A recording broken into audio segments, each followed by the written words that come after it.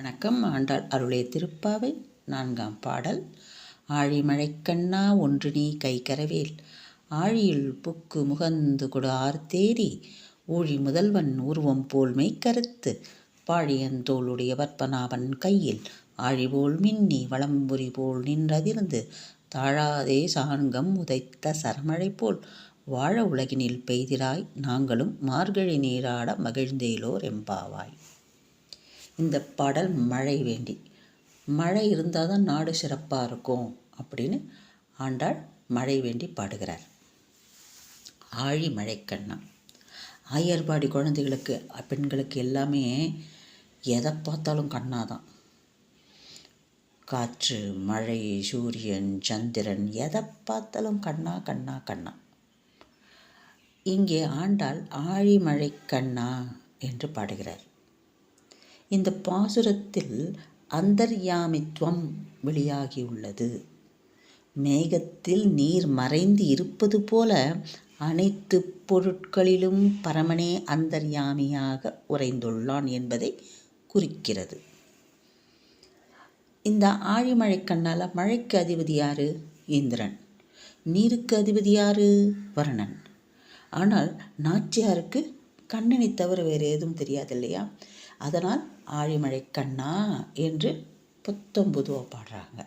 ஆனால் இங்கே வேறு ஒரு விளக்கமும் சொல்கிறார்கள் ஆன்றோர்கள். ஆழி மழைக்கு அண்ணா என்று அழைக்கிறார், இந்திரனை அழைக்கிறார் ஆண்டாள் என்று கூறுகிறார்கள். மழையை கண்ணனாக பாவித்து ஆழிமழை கண்ணா ஒன்று நீ கைகரவேல், எதையும் மறைச்சி வைக்காமல் எல்லாத்தையும் கொடுத்துடு, இப்படி கண்ணாக்கிட்ட கேட்குற மாதிரி வர்ணன்கிட்டையும் இவங்க கேட்குறாங்க. எதையும் மறைச்சி வைக்காது, தண்ணி எல்லாத்தையும் எங்களுக்கே கொடுத்துடு அப்படின்னு கேட்குறாங்க. அருளையும் சேர்த்து வழங்குவது போல். ஆழி என்பது சக்கரம், சமுத்திரம் இல்லையா? ஆழியில் புக்கு முகந்து கொடு அப்படின்றாங்க. கடலுக்குள் புகுந்து அடிவரைக்கும் சென்று நீர் முகந்து கொடு அப்படின்னு சொல்கிறாங்க. கடலுக்குள்ளே போயிட்டு எல்லா நீரையும் எங்களுக்கே கொடுத்து விடு அப்படின்னு சொல்கிறாங்க. சரியா? இதுக்கு ஒரு தத்துவமே சொல்கிறாங்க. இது அறிவியலில் வரதான். கடலில் இருக்கிற நீரெல்லாம் ஆவியாக மாதிரி மேகங்களாக போய் அங்கேருந்து மழை வருதுன்னு அறிவியல் கண்டுபிடிப்பு.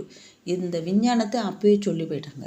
இவங்களும் சொல்லிட்டாங்க, மாணிக்கவாசகரும் சொல்லிட்டார். முன்னி கடலை சுருக்கி எழுந்து உடையாள். கடலை சுருக்கி அப்படியே மேகமாக வச்சுட்டாலாம் மேலே, அது மழையாக பொழியறது.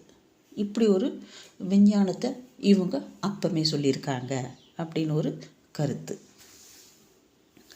ஆர்த்தேரி, ஆழி, ஆழியுள் புக்கு முகந்து கொடு ஆர்த்தேரி. இப்போ தண்ணியை உள்ளே மொண்டோன்னு வச்சுக்கோங்க. ஒரு வாளியில் சொம்பு போட்டு மொள்றோன்னு டப்பு டப்பு டப்பு டப்புன்னு சத்தம் கேட்க இல்லையா?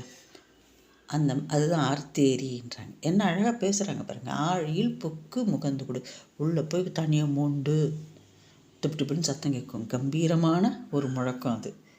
ஆர்த்தேரி. ஊழி முதல்வன் உருவம் போல் மெய்கருத்து. அந்த ஊழி முதல்வன் யார்? முதல்வன் திருமால். ஊழி முதல்வன் திருமால். அவன் கருமேனி ஒத்த நிறம் பெற்று, தண்ணி எடுக்கும்போது அது கலர்லெஸ், ஆனால் அது அங்கே மேகத்துக்கிட்ட போய் எடுத்துனா அது கருமேகமாகிறது, கார் மேகமாகிறது, திருமாலின் வண்ணமாகிறது அப்படின்னு சொல்கிறான். திருமாலின் கருமேனி ஒத்த நிறம் பெற்று பாழியந்தோளுடைய பத்மநாபன் கையில், அழகிய தோள்களை உடைய திருமாலின் கையில் விற்றிருக்கும். என்ன விற்றிருக்கும்? அது ஆழி இல்லையா? ஆழி போல் மின்னி. ஆழினா இங்கே சக்கரம்.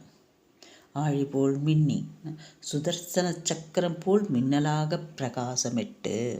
இப்போ தண்ணி மேலே போயிடுது, அந்த மேகங்கள்லாம் கருத்து போச்சு. அப்போ என்ன வரும்? ஒன்றோட ஒன்று இணைஞ்சா மின்னல் வரும். அது எப்படி இருக்கான்? ஆழி போல் மின்னி, பற்பநாபன் கையில் ஆழிபோல் மின்னி. அவன் கையில் வலக்கையில் வச்சுட்டு இருக்கான்ல சுதர்சன சக்கரம் போல மினுக்கிறதான் அந்த மின்னல். வலம்புரி போல் நின்றிருந்து அவன் இடக்கரத்தில் என்ன வச்சுருக்கான்? வலம்புரி சங்கு. அந்த சப்தம் போல் இடி இடிக்கிறதாம். வலம்புரி சங்கு எப்படி முழங்கிறதுனா அந்த இடி சத்தம் மாதிரி இருக்கான். ஆழிபோல் மின்னி வலம்புரி போல் நின்றதிருந்து. மின்னல் அடிக்கிறது, இடி இடிக்கிறது. தாழாதே ஷாருங்கம் உதைத்த சரமழை போல். என்ன ஒரு அற்புதமான காட்சியை இவங்க விளக்குறாங்க. தண்ணி மொழ்றதுலேருந்து, கடலுக்குள்ளே புகுந்து தண்ணி மொழ்றதுலேருந்து, டபடபடபட சத்தம் வரதுலேருந்து, அப்புறம் அந்த மின்னல் அவன் பத்மநாபன் கையில் ஆழி அந்த சுதர்சன சக்கரம் மாதிரி மின்றது. இடி இடிக்கிறது பத்மநாபன் இடக்கையில் உள்ள வலம்புரி போல் நின்று அதிர்கிறது. அடுத்து தாழாதே ஷார்கம் உதத்த சரமழை போல். மழை எப்படி கொட்டுறது? திருமாலின் கையில் உள்ள ஷார்கம் என்னும் வில்லிலிருந்து புறப்பட்ட அம்பு போல் மழை அதற்கு ஒப்பாக பூமியில் விழுகிறது. அந்த மழையை பார்த்துருக்கீங்களா? அப்படியே ஒரே கோடு போட்ட மாதிரி சர்ன்னு இருக்கும். அது எப்படி இருக்கான்? ஷாருங்கம் உதைத்த சரமழை போல். ஷாருங்கம் அந்த வில்லிலிருந்து அம்பு சர்ன்னு வர்ற மாதிரியே கீழே பூமியில் விழுறது. வாழ உலகினில் பெய்திடாய் நாங்களும் மார்கழி நீர் ஆடையிலோர் எம்பாவாய். இங்கே வாழ உலகினில் சிறிதும் தாமதியாமல் மக்களின் நல்வழிக்காக மழை பொழிய வேண்டும். அது எதற்காக? நாங்களும் மகிழ்ந்து மார்கழி நீராட வேண்டும். இப்படி சொல்கிறாங்க. மார்கழி நீராட மகிழ்ந்தேலோர் எம்பாவாய்ன்றாங்களே. உலகமெங்கும் பெருமழை பொழிய வேண்டும். வாழ உலகினில் பெய்திடாய் அப்படின்னா என்ன அர்த்தம்? உலகத்தில் நாங்கள் வாழறதுக்கு தான்மா மழை கேட்குறோம். எதனால்? பெருவெள்ளம் அழிவு ஏற்படக்கூடாது என்ற வகையில் மழையை ஒரு வரமாக அருளுமாறு இங்கே கூறுகிறார். வாழ உலகினில் அப்படிங்கிறதுக்கு இவ்வளோ அர்த்தம் சொல்கிறாங்க. வாழறதுக்கு தான் நாங்கள் மழை கேட்குறோம். உலகம் அழிந்து போகிறதுக்காக நாங்கள் மழை கேட்கல. வாழ உலகினில் பெய்திடாய் அப்படின்னு சொல்கிறாங்க. அடுத்தது இந்த பாசுரத்தில் வரும் சிறப்புகள் என்ன அப்படின்னா, தமிழுக்கு உரிய ழ என்ற எழுத்து. தமிழுக்கு அது மிகவும் அழகு சேர்க்கிற எழுத்து இல்லையா? ழ அது 11 முறை வருகிறதாம் இந்த பாடல். இந்த பாசுரத்தில் நல்லா கவனித்து பாருங்கள். ஆழி மழை, ஆழியில் புக்கு, ஊழி முதல்வன், பாழியந்தோளுடைய, ஆழி போல் மின்னி, தாழாதே சாங்கம், வாழ உலகினில், மார்கழி நீராட மகிழ்ந்து. இப்படி இந்த ழகரம் 11 முறை வந்திருக்கிறதாம். இது ஒரு சிறப்பாக இவங்க சொல்கிறாங்க. ஆனால் பெரியாழ்வார் அவருடைய பாசுரத்தில் 285வது பாசுரத்தில் குழல் இருந்து அப்படிங்கிற பாசுரத்தில் 10 முறை வருகிறதாம் ழகரம் 10 முறை இடம்பெறுகிறதாம். இவங்க என்ன சொல்கிறாங்க? சான்றோர்கள் அப்பாவை தோக்கடிச்சிட்டாங்க. மகள் கோதை நாச்சியார் தந்தை பெரியாழ்வாரை தோக்கடிச்சிட்டாங்க. அப்படி அவங்கள மிஞ்சிட்டாங்க. தோக்கடித்ததுன்னு இல்லை, மிஞ்சிட்டாங்க.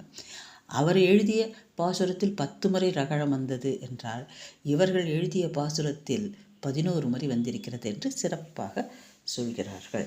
ஆக இந்த மழை வேண்டி ஆண்டாள் பாடிய பாடலை நாமும் பாடி வளம் பெறுவோமாக. நாளை வேறு ஒரு தோழி வீட்டில் சந்திப்போம்.